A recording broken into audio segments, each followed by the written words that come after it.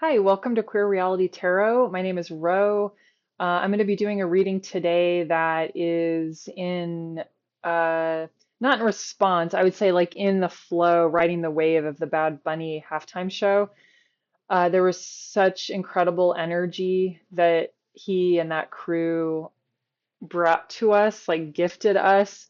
And it just seems really important to not waste this opportunity to feel into what that means for all of us. Um, I want to say real quickly, if you can like and subscribe and even comment, it really helps little YouTubers like me pick up some steam. So if you would be so awesome to do that, I'd appreciate it. Um, so I'm gonna do last time I did a reading 10 days ago or so that was around Imbolc and um, I drew a collective card and the card or the readings were basically around like what can support us during this time right now with a lot of changes and systems breaking down. And the card that we got was this one from the Call of the Morrigan deck.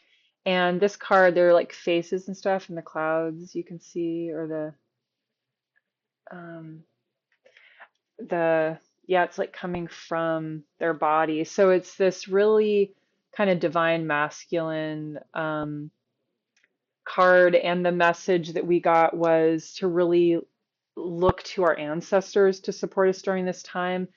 The wisdom there that or including wisdom that existed before colonization or occupation, and then the wisdom of our ancestors who've survived that so far.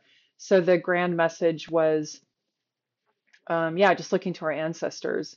And so for this reading, I want to kind of follow up, kind of have this be the continuing flow of that, which is that those readings were around supporting us during this time. And now when we think about the energy that Bad Bunny brought, if you haven't watched yet, I really recommend it. I know it's really popping off on social media, and it rightfully should. Like it was just absolutely incredible. And the energy that was brought and that which Bad Bunny is embodying, um, and with total respect to the Puerto Rican people and and how unique their experience is of occupation and colonization, um, that what Bad Bunny brought, like as far as he has been his unapologetic self, and he didn't follow the rules of what you're supposed to do in order to get known and famous and get money for being a musician and all that. Um, but he, like at some point, he is like he's naming all of the Americas, the current labels of the occupation, different various occupations or post-colonized labels that stuck, you know. Um, so he's naming all the Americas, all the countries in the Americas, and he has all this group of people walking behind him, and he's just looking at the camera, and he's totally embodied. And not only is he naming all of those countries and naming love is going to win hate, and bringing in him and his people's relationship to the land, his relationship to his community, to his family. So his relationship to land, to people, and to himself is like hate is not going to win. And I'm showing like, and I'm embodying that. Like you could just feel it. And so I noticed myself at first think, oh wow, like he's here, like, or they're here, the person who's going to kind of like save us. Like I noticed I had this kind of like Messiah, like, oh my God, here's the Messiah. And but as soon as I thought it, I like checked myself where I'm like, okay, I know that's not, we all are here, and I believe this is the messages of Jesus.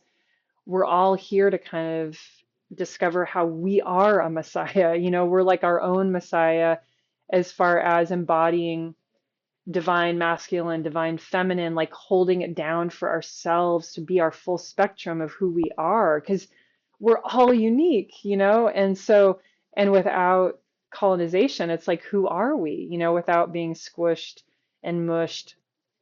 And that it is the most important thing, you know, to be in connection with the land, with our people, our community, our family, our chosen family, and to be in connection with ourselves. Like those are just the three most important things.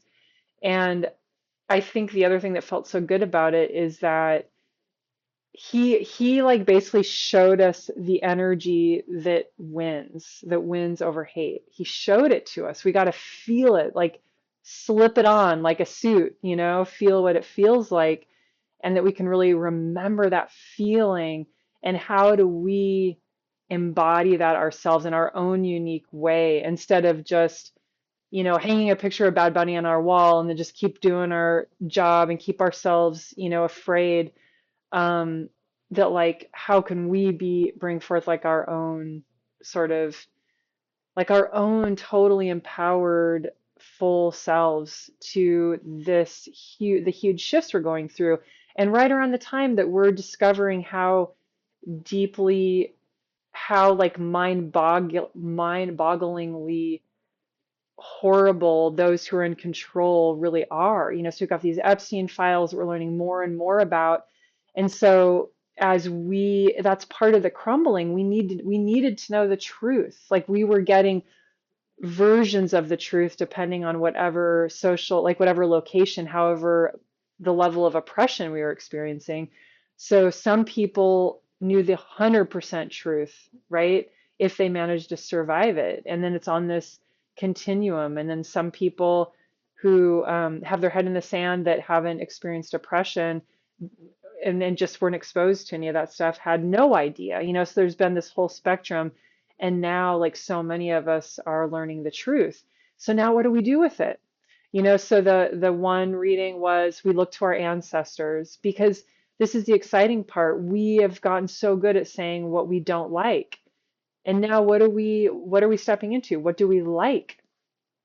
um and Bad Bunny is like, I feel like is just kind of paving the way to show us his version of that, and which is a big version, right? Which needed to happen so many of us could feel it. I mean, can you imagine like that he was able to bring that message to the frickin' Super Bowl? Like, I mean, the amount of people that watch that, including people like me, who I don't give a crap about football, and I'm actually kind of like morally against it, but I watch it because I want to be part of this like collective. It's so rare to have happen. So you have people like me, and then you have people in the suburbs. You have people all different income levels, different, like it's so diverse, right? Who the people who watch it, and that message, that feeling went out to all of us who watched the halftime.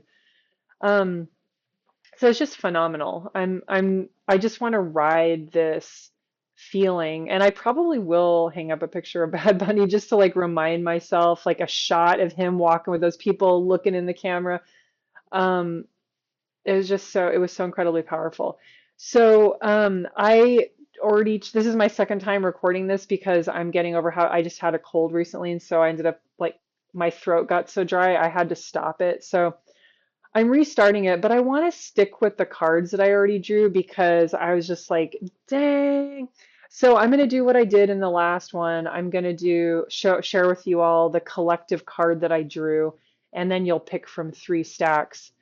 Um, so actually, I'm going to move those three cards out of the way so I can show you first the collective card we got. Let me change the camera and I'll get the lights on.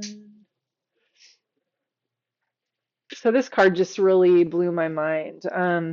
So the collective card that I got for us is called the Justice card, and it's so phenomenal that it has these horses in the back, thinking about how we're entering the year of the horse.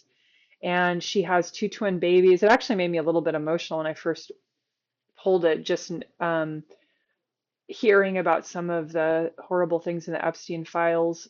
This is like, and just thinking about all of the people that were harmed. And so the story of this card, it was this woman, she was faster than horses, and she was pregnant, and her husband, and she had told her husband, don't boast to the people who have power that I'm faster than horses. And the husband ignored her and bragged to the people in power. And so the people in power forced her to race the horses. And she was like, please wait until after I give birth. And they didn't give a crap. And so they made her run or race the horses, and she won. And at the finish line, she birthed two twins.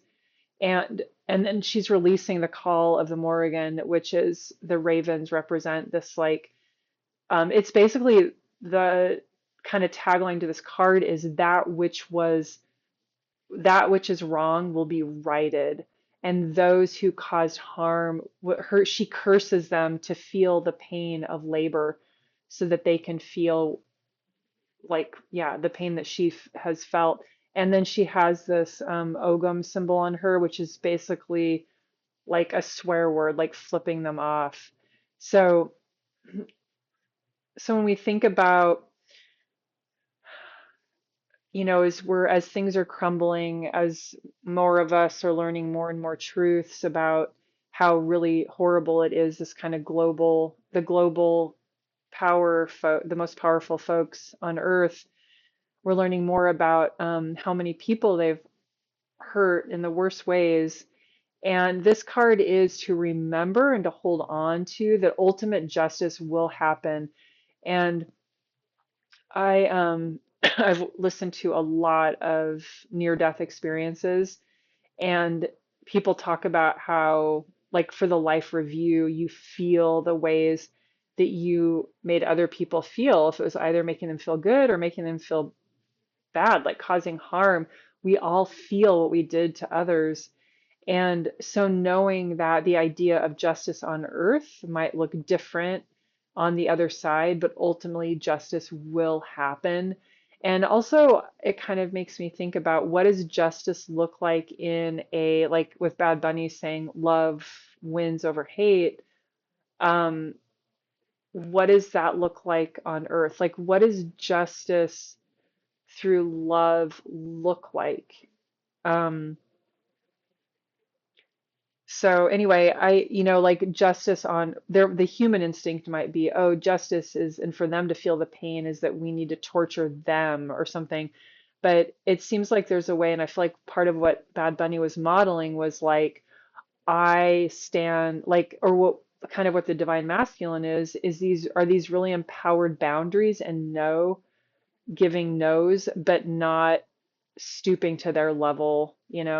So just thinking about how can there be justice without stooping to their level, and how can we focus on justice being that if we all stepped into our full authentic selves, if we all were brave enough to go out and say no, um, just how things would change, and how the scales would shift. And um, anyway, so that is the collective card. And then for the readings, the three readings, here are the three cards that I drew. So without thinking too hard, this is going to be reading 1, this is going to be reading 2, and this is going to be reading 3. Just go and pick whichever one you're drawn to. And we'll go ahead and start with this first card. So this is number 5, and it says, follow your own rhythm. And that is a very great card to start out these readings, because just thinking about a big part of that, this is the part of, so Bad Bunny he really showed love through, or the way that energy of how we're going to win this is feeling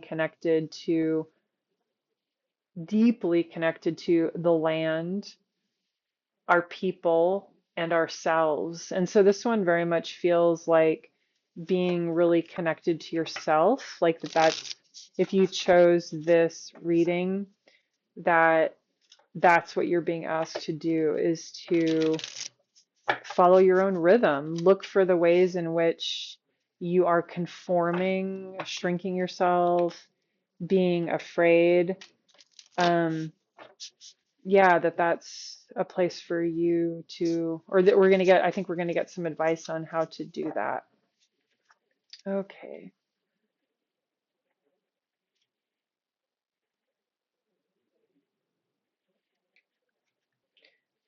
Okay, and I'm going to go with this one. I could really feel that pulling. Okay, so I'm going to go and do three cards. So we have the Hierophant, Two of Emotions, and Page of Materials. Okay, so thinking about the context of how it's actually a rebellious act to fully step into and be in full expression of ourselves, that to go against that, those rules are not a small thing, and they are very impactful, and they have a huge ripple effect. Like just thinking about water, and this looks like ripples to me here, like that there is this huge ripple effect when we really step into our full expression. You know, just think about how that impacts people when they see you being in your full expression, and how that gives them permission to feel braver in stepping into their full expression. So the Hierophant card, this is one of those cards that it has so many different meanings, but within the context of this, it's really it's a card that one of the primary meanings is tradition, like the old, one of the OG, maybe the OG deck when we think of tarot with, you know, this system, it's literally the Pope. So um, and it can also be like looking for a teacher or a mentor, or being a teacher or a mentor. So it's like tradition around rules of morality and how we live our lives. And so this is saying, as far as following your own rhythm and kind of stepping into our own, like being our own Messiah, which if I understand correctly, that's what Jesus, a big part of what Jesus talked about, is that we all have God within us. So this is saying to really look at what are those like moral and value and like kind of like cultural rules that you absorbed that are ready to be released to free you into following your own rhythm. So the Two of Emotions card, this can be with another person. This, I think of this card as just fully that, I mean, it's like a romance card. It could be like true love, or it could be like a sibling that you're so close to. You know, it's like a twin flame or something. I feel like with this, because like just within the context of this reading, I really feel like this is, you need to really fall in love with your authentic self. So if you think of like, I see this right now as this being your conditioned self, the child that didn't know what was going on, it was just doing what they were told, and that this is your true self. Oh yeah, and it's interesting because it's got them upside down, and that makes me think of the hanged man or the hanged muse, that it actually can be kind of disorienting. But what I'm getting is actually in this case, it's not disorienting. It's completely energizing when you really start to step into your true, authentic self. It's very energizing. And so this is falling in love with that true essence of yourself, and to build that trust that you've got them. You're not going to keep them hidden. That's so beautiful. And then this card, the Page of Materials. Oh yeah, oh, this really goes with what I was getting here, that there's a lot of energies that this, it's like a energy generator to fall in love with your authentic self, and to let them know you've got their back and stop hiding them away, that'll be very energizing. And the Page card has the very energizing energy. This is like the Page is when you just moved out of the house, and there's all this potential of what can come in, what could you could create in your reality. So this card is showing the Page of Materials, that whatever you imagine can come into the 3D. So that which is in your mind can really happen. And so within this context, with whatever you is in your mind that is like your true, whatever you want to explore, that's your true self, that will come to fruition, that is going to happen. It's really beautiful. I'm just gonna look for follow your own rhythm. This is the Sacred Rebels deck. This says, deep within, you're moved by an ancient, powerful force that cannot be tamed. Yes. It is the rising pulse of your connection to the life force.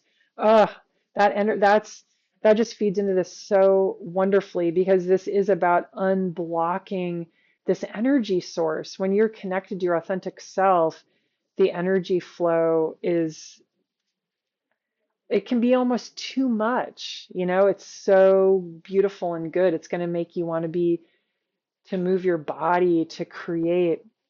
It says you feel it in your bones, in your blood, in your heart, and in your belly.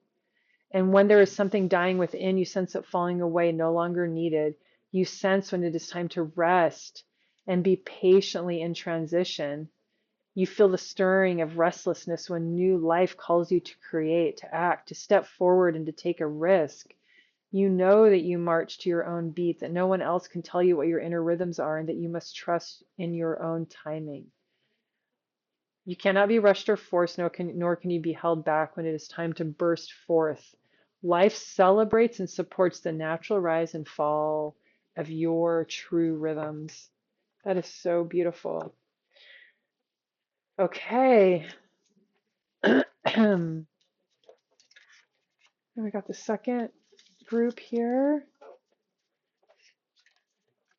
So once again, thinking about, I mentioned this for the first group, we're thinking about how Bad Bunny just really showed how the way we love wins is by being connected to the land, by your family, chosen family, friends, community, and being connected to yourself. Like being so grounded, holding space for the full spectrum of yourself, being so grounded, holding space for the full spectrum of the land, and also holding space for your loved ones, your community. Um, so basically, as we're stepping into and moving through this transition, what what does spirit, well, ancestor, your higher self want you to know, like as far as you stepping into your kind of like your version of the Messiah, thinking, if you think of it as far as like we all have we all are a Messiah when we step into our full selves, that's heart centered and cares about the collective. Okay, so this one is number one. It says after the storm. Okay, so after the storm, folks. Okay, I'm gonna go with this one. Okay, I'm gonna do 3 cards here. Ace of Materials, 9 of Voices, 6 of Voices. Okay, so this is, wow, this like really flows in nicely because it says after the storm, you're planting new seeds. So the Ace of Materials, those are little seeds all around. So this is really about a new cycle of the life that you want to help bring to fruition. It's planting seeds around the future of housing, the future of food, how we're going to get food, how we want to do it differently. Because once those big powers, those powerful people, I want to say men, I feel like they're all men.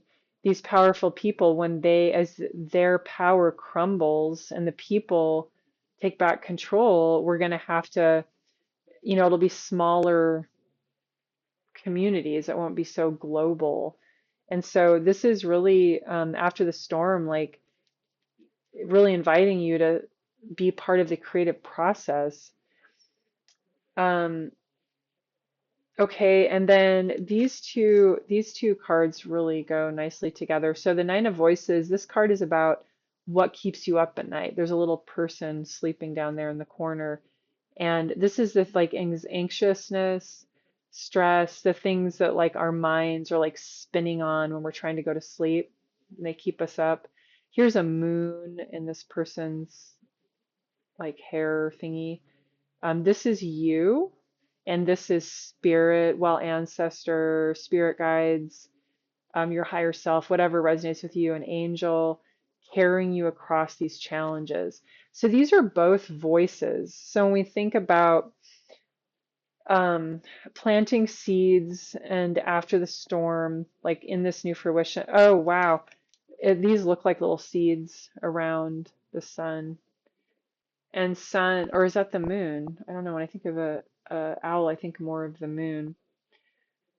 So, and we have this really cool geometric shape. So it's like after the storm, the owl is like flying in this really cool multi-dimensional, at least three-dimensional shape. So after the storm, planting seeds, and this it feels like it's really like giving you medicine for the stress around that, because that's a lot, thinking about when things are so unpredictable, because even things have never been like this, because even in times pre-colonization, the weather was more stable, right?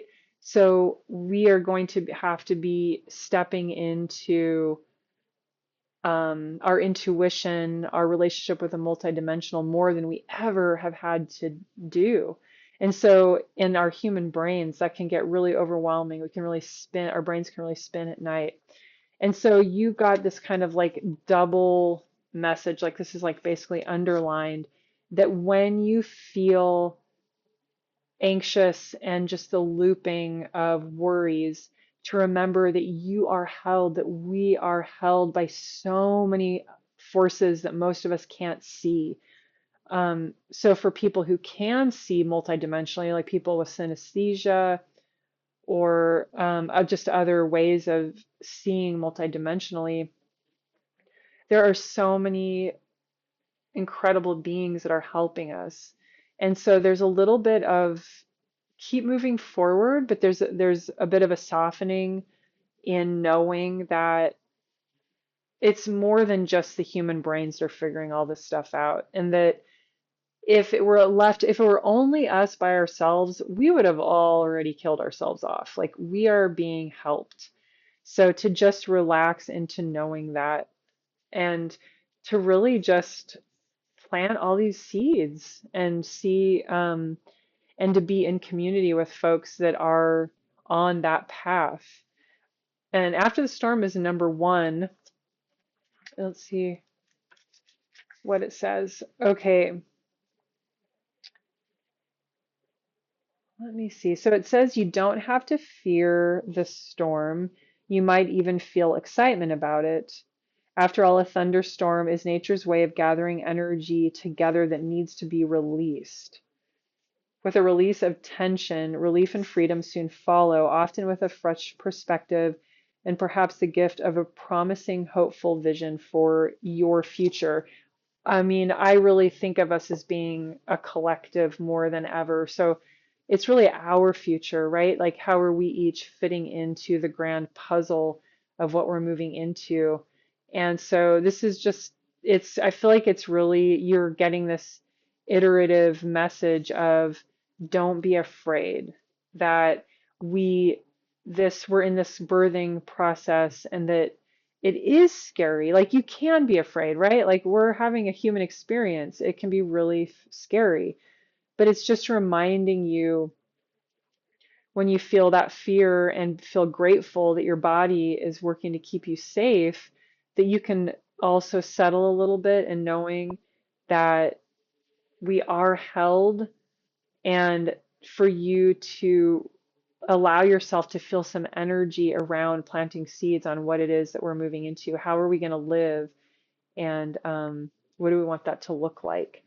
And it's really great that we're seeing how, well, I just say it's great, but it really, I keep thinking about how what we're in right now, it feels like there are people that you watch be in relationships that are really toxic, but it's just, or we've all probably been in a relationship where it's bad, but it's not bad enough to get us to leave it. And so it's almost like sometimes to have things be so bad, it's like at least it's clear. You know, that's the one good thing that comes out of it. And so remembering at least it's clear and to remember to spend energy on seeds that you're planting for the collective. Okay, so group three, we have this beautiful card, Legacy of Light. Oh no, I forgot to plug in my computer. Okay, I better plug that in. Okay, so just reminding you all, group three. Um, so this reading, like thinking, bringing it back to Bad Bunny, he really modeled that the like the weapon, if you will, like the thing that will overcome hate is our connection to the land, our people, the people in our family, our chosen family, our communities, the people and ourselves, like really anchoring into knowing ourselves, expressing ourselves in our fullest way. So you got Legacy of Light for your kind of like umbrella theme vibe aesthetic here. So I'm going to draw 3 cards for you, thinking about what are you being invited into as far as like your unique piece of the puzzle, like as we're kind of, instead of looking to a messiah to save us, what are you, what message is there for you to focus on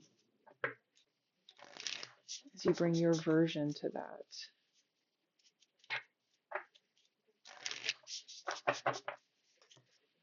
Okay.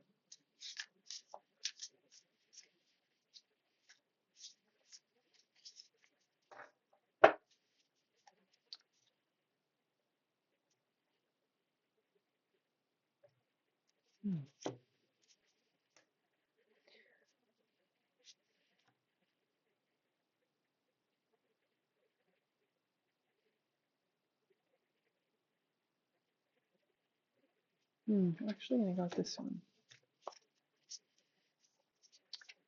So I saw like a bonus card basically. It kind of got was being called out. Hmm. Oh wow, this is so interesting. Because I saw this card that looked like it kind of wanted to peek out, and I almost pulled it as a bonus card for you. And then what I usually, if I see a card that's attracting me, and I'm like, oh, I feel like that card is attracting me. I'm like, well, if you're meant to show up, you'll show up when I put the cards out, and sure enough, that did happen. Um, so you got the Star card, the Muse of Emotions. This would be called the King in a more traditional deck. So you can think of this, the king, I think of it as like divine masculine, like kind of holding down the space. And then you got the Eight of Voices and you got the Five of Voices. So you got 2 swords cards. So the first one here, the Star, this card comes directly after the Tower card. So after things have crumbled, the star, we see our North Star. Like we look to remember what are our values, what are we moving towards, what's our thesis statement. It's kind of, it's the thing that gives us hope as we move forward after things have crumbled. So this is saying for you to really, if you are feeling the oh yeah, I'm getting pulled towards this card right now, the ancestral. So thinking about all the ways, and this is a card we've got kind of feeling like torn up inside, I want to call it. So, and then if you have that, if you're really feeling that within your lineage, um that's part of the thing that you can heal, transmute, use to guide you as far as how you want to be a part of this right now.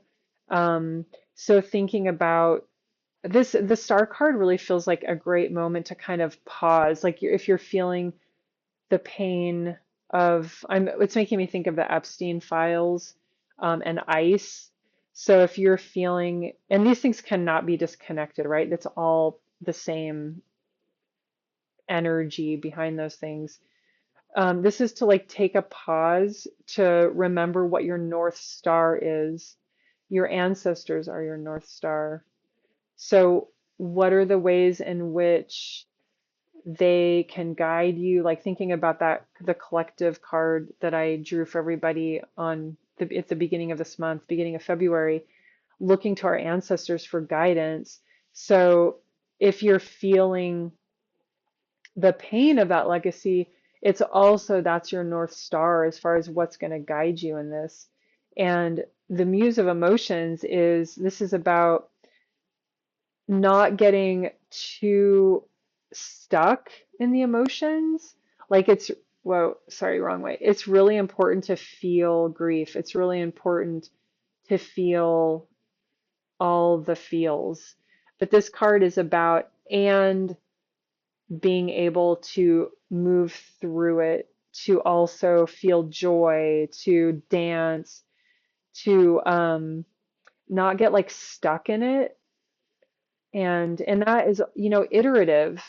And so it comes and goes. And these are really huge, huge, the worst things we're facing right now, right? Between ICE and the Epstein files, so much legacy of harm and pain is exposed right now. It's like that all of those wounds are like uncovered. And so it's so important to feel that, and we don't want to get stuck in it. And so these two cards are the medicine to that. So the Five of Voices, this card is about conflict. This is a like extending an olive branch. I really love how this card kind of captures that kind of feeling sort of torn up inside. Um, but the medicine is this is makes me think of Bad Bunny being the primary connection being to the land, to family and community, and to ourselves. And so the practice, this is like reminding yourself to do those practices that connect you with all those things. Don't let these legacies of harm squish the legacies of joy, the legacies of empowerment, of finding your voice. So the remembering that this card is a reminding you that you're not trapped. It may feel like you're trapped in the pain, you're trapped in the grief, you're trapped in the feeling of how fucked it is. But this is showing you're actually not trapped and that you can hold both things at once. You can hold it down for yourself to feel all the feelings. You can hold it down for yourself to pay attention to what's going on. And you balance it. You're not trapped in only the pain where that you there that to remember those medicines, to hold it down for yourself, to have joy, connect with the land, and love yourself, be connected with yourself. So let's see what number 7, the legacy of light, says, what their medicine is. So it says, you are being asked to honor the legacy of light that is your sacred birthright. Take nourishment and support from those that have come before you. Your ancestral lines not only in blood, but also in spirit. Perhaps these are the beings that have inspired and motivated you to live as a sacred rebel from your heart and with belief in yourself.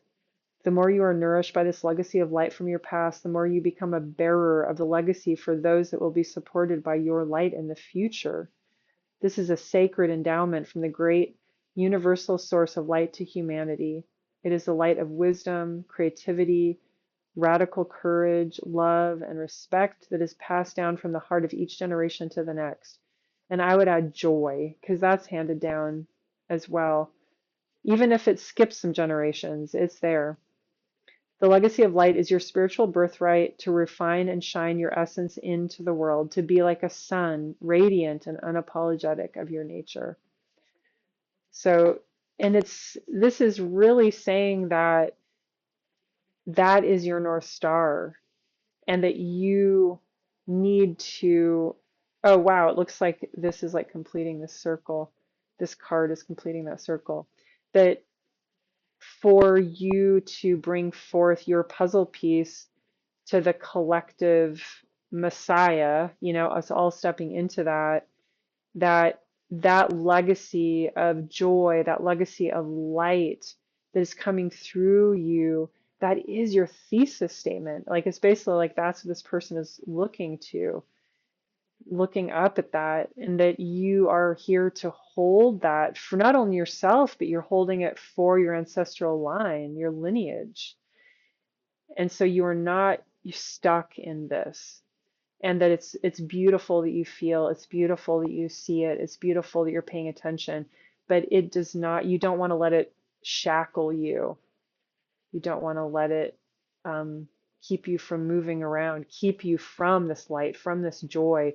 That's exactly what um, those dudes would like you to do, is to remain frozen here, but it's asking you to step into your legacy of light. Okay. Thank you so much, folks, for listening. I guess I'll just leave the lights on. Yeah, thank you for listening. And I hope that this adds to the energy that Bad Bunny brought. And I hope that it helps you kind of hone in on your piece of the puzzle as far as I'm kind of thinking of it as like the collective Messiah. If we could all, like, we all are one piece to that and we move together as a group, um, that's how we win. Okay, sending you all lots of love and appreciation. Okay, bye.